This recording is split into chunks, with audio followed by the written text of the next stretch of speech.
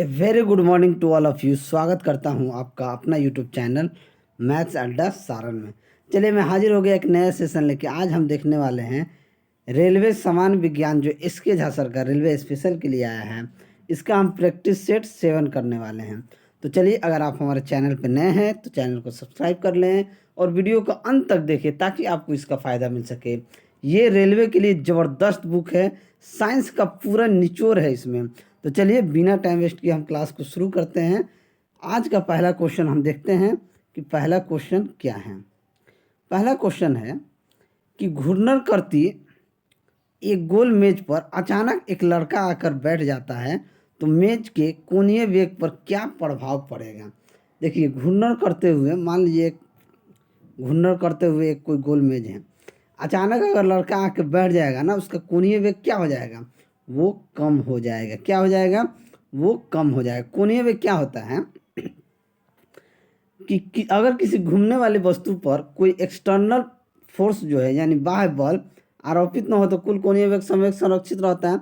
लेकिन जब M we are, कोणीय वेग क्या होता है, एम वी आर होता है। ये क्या होता है? एम वी आर बराबर नियत होता है। तो इसके लिए अगर कोई भी आके बैठ जाएगा अचानक चलते हुए पे, तो उसका वेग पे क्या प्रभाव पड़ेगा? कम हो जाएगा।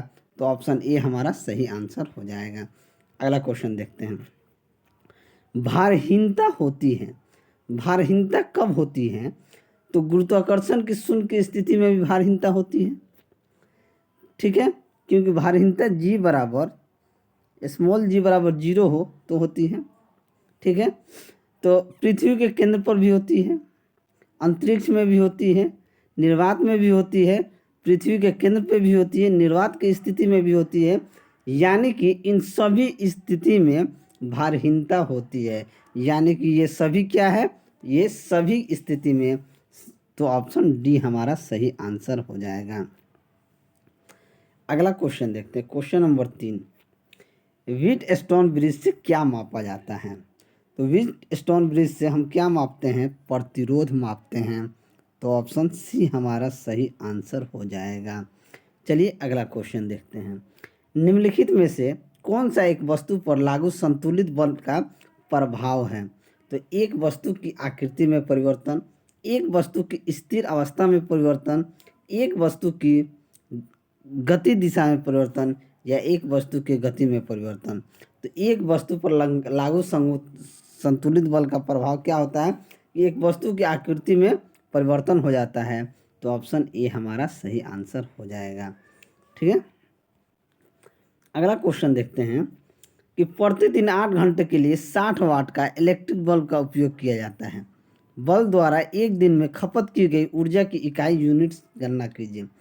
तो इसे हम कैसे निकालते हैं? विद्युत ऊर्जा जो निकालना होता है, विद्युत ऊर्जा अगर हमको निकालना होता है तो हम क्या कर सकते हैं? कुल शक्ति गुना कुल समय, माने टोटल पावर बटा टोटल समय बट्टे में 1000 से हम क्या करते हैं? भाग देते हैं। यही करते हैं। कितना घंटा हमको लग रहा है? 8 घंटा लग रहा है। कितना वाट लग रहा है? तो 60 वाट लग रहा है। ठीक है, बट्टा 1000 से भाग दे देंगे तो क्या हो जाएगा? 8 छक 48, यानी कि 480 बट्टा 1000, यानी कि 480 बट्टा 1000 को हम क्या लिख सकते हैं? 0.48 इकाई लिख सकते हैं। तो कौन सही हो जाएगा? तो ऑप्शन सी हमारा सही आंसर हो जाएगा। चलिए अगला देखते हैं। अगला क्वेश्चन है कि 4.6 किलोवाट में किलोवाट आवर में क्या होता है? देखिए, सबसे पहले हमको समझना होगा कि 1 किलो वाट में क्या होता है। तो 1 किलो वाट आवर में क्या होता है? 1000 वाट आवर होता है। ठीक है, अब देखिए 1000 वाट इंटू 1 घंटा में कितना सेकेंड होता है? तो 1 घंटा में 3600 सेकेंड होता है। तो इसे हम 3600 से गुना कर दिए। जब 3600 से अगर हम इसे गुना कर देंगे तो ये 3600, ये 1000, ये 3 जीरो, ये 2 जीरो, 5 जीरो, यानी इसे हम लिख सकते हैं 36 गुना 10⁵ वाट सेकेंड लिख सकते हैं, वाट सेकेंड। ठीक है, अब देखिए यहाँ से अगर हम वर्क बराबर क्या होता है? डब्ल्यू बराबर होता है जूल बट्टा सेकेंड। इस वाट बराबर जूल बट्टा सेकेंड होता है। तो हम इसे लिख सकते हैं 3.6 इंटू 10⁶ जूल, जूल पर सेकेंड, जूल बटा सेकेंड गुना सेकेंड। तो ये सेकेंड सेकेंड कट जाएगा तो 3.6 इंटू 10⁶ जूल हो जाएगा। यानी कि 1 किलोवाट में, 1 किलोवाट आवर में 3.6 इंटू 10⁶ जूल होता है। तो 4.6 से गुना कर देंगे तो क्या हो जाएगा, 4.6 से गुना करेंगे 3.6 में तो ये आपका हो जाएगा 16.56 इंटू 10⁶ जूल। यानी कि ऑप्शन कौन सा सही हो जाएगा, यानी कि ऑप्शन बी हमारा सही आंसर हो जाएगा। चलिए अगला क्वेश्चन देखते हैं। KCl के 0.5 मोल में कितने अणु होते हैं। तो अवगाद्रो की संख्या, जो 1 मोल में अवगाद्रो की संख्या हम लेते हैं 6.023 इंटू 10⁻23 अणु होते हैं। तो 0.5 मोल में कितना होंगे, 0.5 को 6.02 से गुना करेंगे, 6.022 से गुना करेंगे 5, ये 10⁻23 रहेगा। तो 5 को अगर हम इससे गुना करेंगे तो हमारे पास क्या आएगा 3.01, यानी कि 3.01 इंटू 10⁻23। तो ऑप्शन ए हमारा सही आंसर हो जाएगा। यदि पीला प्रकाश उत्सर्जित कर रहा है एक तारा पृथ्वी की ओर त्वरित होता है तो पृथ्वी से देखने पर इसका रंग कैसा होगा। यदि पीला प्रकाश उत्सर्जित कर रहा है तो अगर पृथ्वी से देखा जाए तो क्या नज़र आएगा, धीरे धीरे वो बैंगनी होता हुआ नजर आएगा। क्या नज़र आएगा, बैंगनी होता हुआ नजर आएगा। तो ऑप्शन बी हमारा सही आंसर हो जाएगा। ठीक है, अगला क्वेश्चन देखते हैं। सेक्सटेंट का प्रयोग किया जाता है। सेक्सटेंट का प्रयोग कहाँ किया जाता है, जब दो वस्तुओं के बीच के कोण के मापन में किया जाता है। तो दो वस्तुओं के बीच के कोण के मापन में किया जाता है। तो ऑप्शन सी हमारा सही आंसर हो जाएगा। अगला क्वेश्चन देखते हैं कि यदि सल्फ्यूरिक अम्ल का अणुसूत्र H2SO4 है तथा भास्मिकता 2 है तो अम्ल का तुल्यांकी भार क्या हो जाएगा। तुल्यांकी भार क्या होता है, तुल्यांकी भार होता है परमाणु भार या अणुभार बट्टा संयोजकता या अम्लीयता या क्षारीयता, यही होता है। तो बस 98/2 कर दीजिए, क्या आ जाएगा 98/2 यानी कि 49। तो ऑप्शन बी हमारा सही आंसर हो जाएगा। अगला क्वेश्चन देखते हैं कि किसी गैस का 27 डिग्री सेंटीग्रेड पर आयतन 300 मिली है। दाब को स्थिर रखते हुए उस गैस का तापक्रम 127 डिग्री सेंटीग्रेड कर दिया जाए तो गैस का आयतन क्या होगा। यानी कि V1/V2 बराबर T1/T2, यही हमको निकालना है। यहाँ T1 हमारे पास कितना दिया 27 सेंटीग्रेड, ये हमारे पास क्या है T1 है। यानी T1 27 डिग्री सेंटीग्रेड है। तो यहाँ से अगर केल्विन में इसे हम कन्वर्ट करें तो ये कितना हो जाएगा 273 प्लस कर देते हैं 27 प्लस 273 यानी कि 300 केल्विन। ठीक है, ये आ गया 300 केल्विन। वॉल्यूम 1 हमारे पास यानी कि V1 का मान कितना दिया है 300 ml, V1 का मान 300 ml दिया है। और T2 कह रहा है T2 127 डिग्री सेंटीग्रेड दिया है। तो यहाँ से T2 में 127 में 273 जोड़ देंगे। जब 127 में 273 जोड़ेंगे तो कितना हो जाएगा 400 केल्विन हो जाएगा।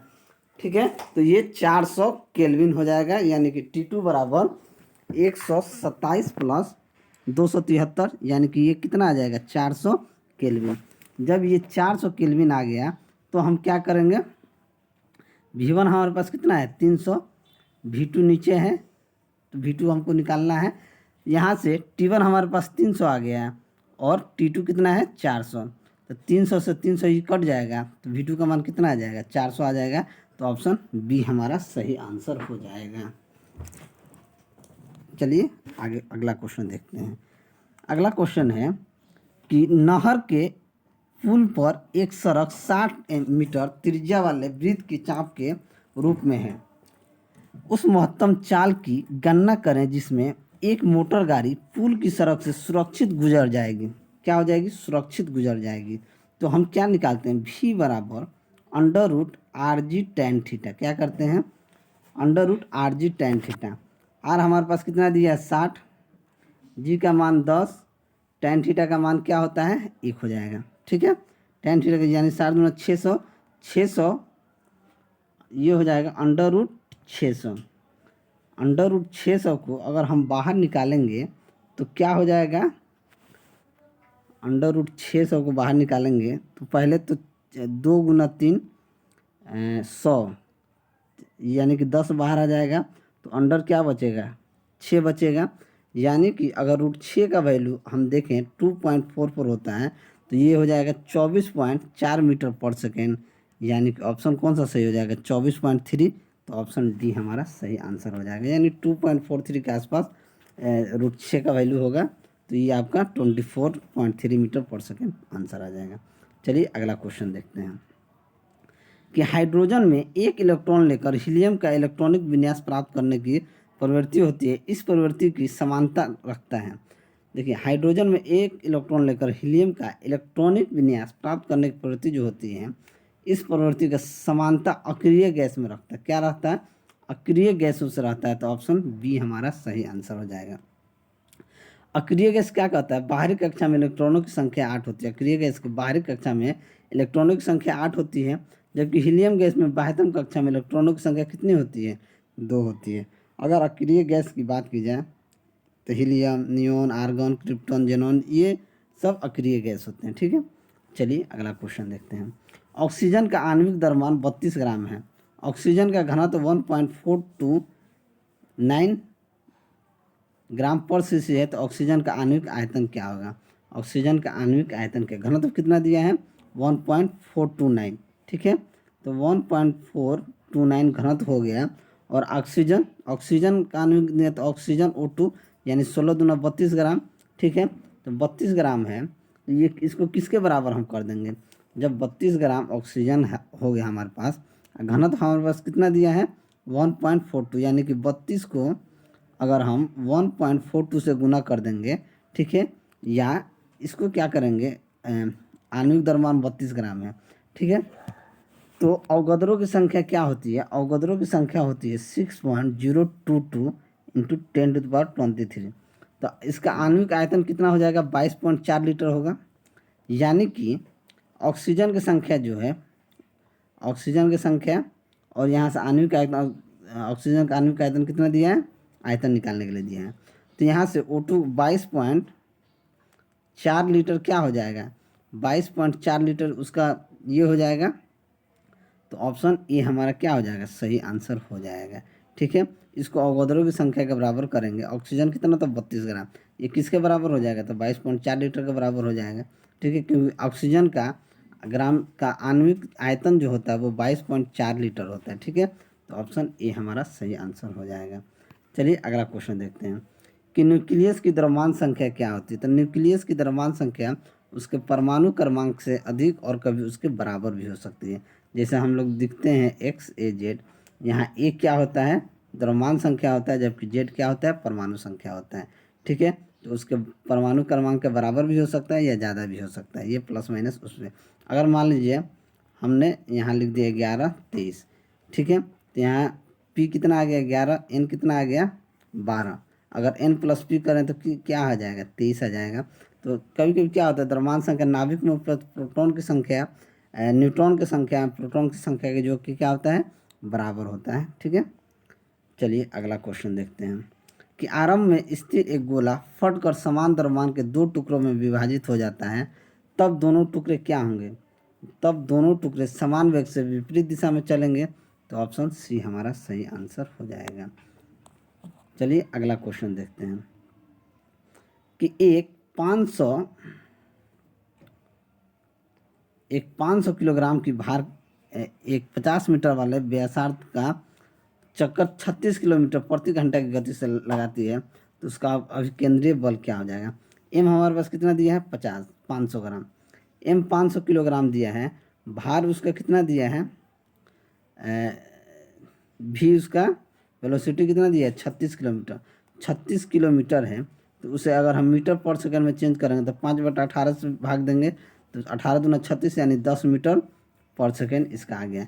रेडियस कितना दिया है 50 मीटर, रेडियस 50 मीटर दिया है, तो एफ हम कैसे निकालेंगे, एम V²/r। एम हमारे पास कितना है 500, भी हमारे पास 10 मीटर पर सेकंड आया है, तो 10 का स्क्वायर क्या हो जाएगा 100, और बट्टे में क्या हो जाएगा 50। तो 50 को 50 से 500 को काट देंगे 10 बार में, यानी कि 1000 न्यूटन हमारा सही आंसर हो जाएगा।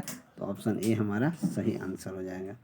चलिए अगला क्वेश्चन देखते हैं कि 1 ओम, 2 ओम, 3 ओम और 4 ओम प्रतिरोध की 4 कुंडलियाँ श्रेणीबद्ध होकर 12 वोल्ट की बैटरी से श्रेणी में जुड़ी हैं, तो दूसरी कुंडली के छोरों के बीच का विभवांतर क्या होगा। देखिए मान लीजिए एक R1 है, एक R2 है, एक R3 है और एक R4 है।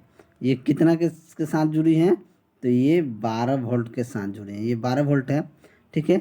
तो श्रेणी क्रम में क्या होता है, ये सभी जुड़ जाता है। श्रेणी आर इक्विवेलेंट क्या होता है, R1 plus R2 plus R3 plus R4, इन सभी को जोड़ देंगे तो 1 2 3, अगर ये 1 ओम है, 2 ओम है, 3 ओम है, 4 ओम है, 4 3 7 2 9 1 10, यानी कि 10 ओम।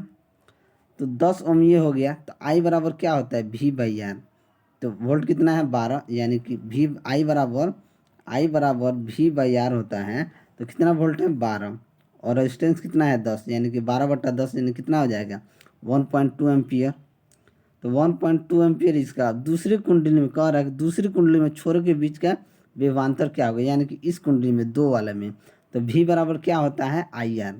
तो 1.2 इंटू 2, यानी कि 2.4 वोल्ट, यानी कि ऑप्शन सी हमारा सही आंसर हो जाएगा। चलिए अगला क्वेश्चन देखते हैं कि निम्नलिखित में से कौन सी एक अधातु है। तो लोहा धातु है, एल्युमिनियम धातु है, जस्ता धातु है, नाइट्रोजन क्या है, अधातु है, ठीक है। तो अधातु कौन हो जाएगा, ऑप्शन डी हमारा सही आंसर हो जाएगा। चलिए नेक्स्ट, गर्भाशय में मानव भ्रूण किस द्रव में तैरता है। तो गर्भाशय में मानव द्रव जो होता भ्रूण में एमनियोटिक द्रव में तैरता है। तो ऑप्शन बी हमारा सही आंसर हो जाएगा। चलिए अगला क्वेश्चन देखते हैं, क्वेश्चन नंबर 21 कि मॉर्फिन निकाला जाता है। मॉर्फिन कहाँ से निकाला जाता है, तो मॉर्फिन निकाला जाता है पेपियर सोम्नोफेरम से। तो ऑप्शन बी हमारा सही आंसर हो जाएगा। अगला क्वेश्चन देखते हैं, क्वेश्चन नंबर 22 पौधों में पितरस्त अंकुरण का अभिप्राय क्या है। तो इसका अभिप्राय क्या है, तो जनक वृक्ष पर लगे हुए फल के भीतर बीजों का अंकुरण करना ही इसका तात्पर्य है। तो ऑप्शन सी हमारा सही आंसर हो जाएगा। अगला क्वेश्चन देखते हैं कि पान की लता में बनने वाली जड़ कौन सी होती है। तो पान की लता में बनने वाली जड़ होती है आरोही जड़। तो ऑप्शन डी हमारा सही आंसर हो जाएगा। नेक्स्ट, विषाणु में क्या होता है। तो विषाणु में न्यूक्लिक एसिड और प्रोटीन दोनों होता है। तो ऑप्शन बी हमारा सही आंसर हो जाएगा। और अगला क्वेश्चन देखते हैं कि एंटोनियो मेउसी डैश के आविष्कार से संबंधित है। तो ये किसके आविष्कार से संबंधित है, तो टेलीफोन के। तो ऑप्शन ए हमारा सही आंसर हो जाएगा। तो चलिए, अगर मेरा वीडियो आपको अच्छा लगा होगा तो वीडियो को लाइक करें, दोस्तों में शेयर करें। अगर आप हमारे चैनल पर नए हैं तो चैनल को सब्सक्राइब करें। मैं ऐसे ही वीडियो लेकर आपके सामने हाजिर होता रहूँगा। चलिए मिलते हैं अगले वीडियो में, तब तक के लिए जय हिंद।